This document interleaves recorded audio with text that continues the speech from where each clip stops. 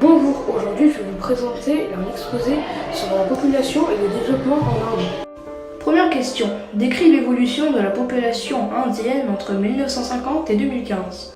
Avant, la natalité et la mortalité étaient très fortes, ce qui donnait un peuple qui était ni trop grand ni trop petit. Mais maintenant, la mortalité est gravement réduite, du coup le peuple augmente donc considérablement.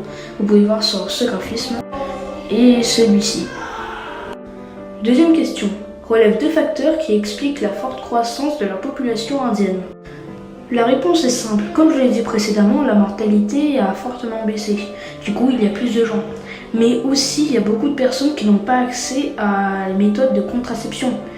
Du coup, il peut y avoir des enfants indésirables. Troisième question. Quel élément du paysage montre la forte croissance démographique? Cela donne à voir une image de ville pauvre avec des bidonvilles, mais n'empêche que l'Inde c'est aussi une ville très commerciale et il y a beaucoup de marques qui ont mis leur entreprise en Inde. Où la fécondité est la plus forte, la plus faible, fait des hypothèses pour expliquer ces différences. Mon hypothèse, c'est qu'il y a plus de gens qui naissent dans les villes pauvres à cause des problèmes de contraception et beaucoup moins de gens qui naissent dans les pays riches car ils peuvent se protéger et avoir beaucoup moins d'enfants indésirables.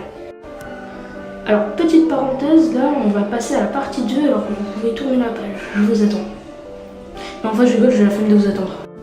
Grâce à quelle politique l'Inde a-t-elle assuré la sécurité alimentaire d'une population en forte croissance?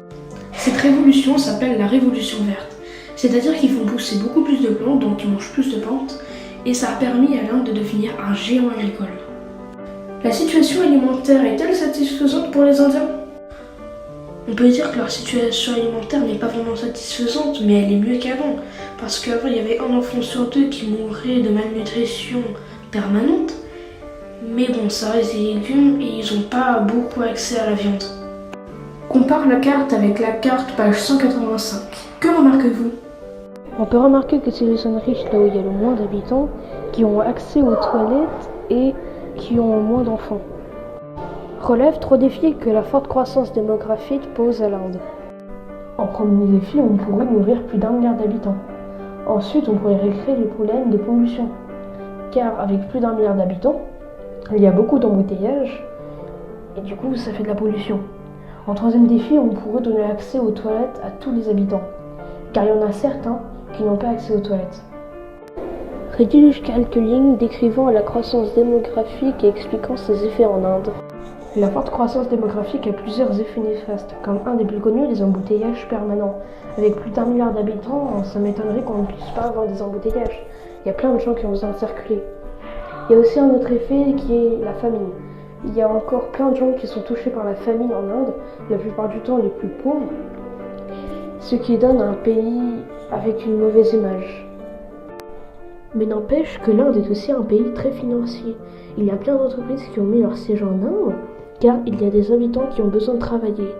Et en l'occurrence, ça peut aussi réduire la pauvreté. Et voilà, c'était la fin. Alors si ça vous a plu, n'hésitez pas à lâcher un petit like. Et surtout, n'oubliez pas, souscrivez un abonnement.